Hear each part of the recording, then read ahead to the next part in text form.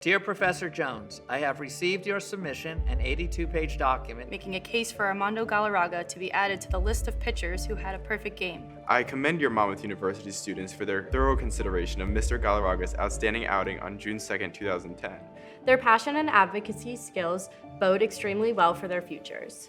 Our position on this matter was expressed by my predecessor, Commissioner Alan H. Bud Seelig.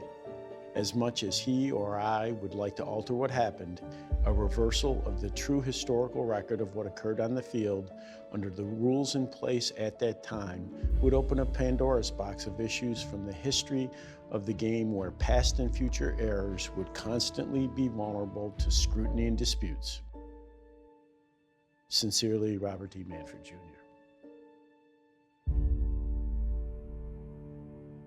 You guys often talk about Pandora's box or a can of worms. Is there anything that has been brought up? Is there any other instance, or is it all hypothetical at this point? Look, we have not had a significant inflow of requests to alter what's happened on the field. I mean, but I don't think that's really the point. I think the point really is once you undertake to fix one. Ground ball, right side. Cabrera will cut it off. Galarraga covers. Perfect game for Armando Galarraga. That's when the inflow starts. There can be no Pandora's box in this situation because, number one, there has never been a game before the Galarraga game that has this type of situation where both teams, the pitcher and the batter and the umpire, all immediately agreed the call was wrong. I was out. I took a perfect game away from that kid over there that worked his ass off all night. And there can be no Pandora's box after the Galarraga game because as a result of the Galarraga game, they instituted instant replay. I understand where he comes from, where it says it might open a Pandora's box. But again, bring up the George Brett case. Well, he is.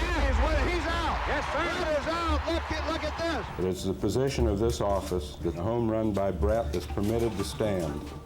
It's been 40 years and nothing has changed. We didn't want a reversal, we just want Armando Galarraga to be added to the list.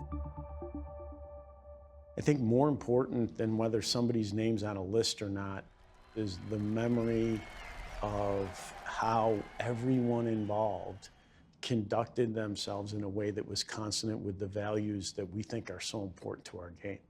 Can it be both? Can it be an example of extraordinary sportsmanship and also him be included on a list that people believe he deserves to be on? Well, certainly a logical possibility. Not one that I'm prepared to embrace for the reasons I've articulated, but certainly a logical possibility. Do you think Armando Galarraga earned a perfect game that day? Oh, as a personal matter, yeah, I think so. I do. I don't think that my personal opinion as to whether he earned a perfect game that day dictates a different outcome than Commissioner Seelig decided was the appropriate one.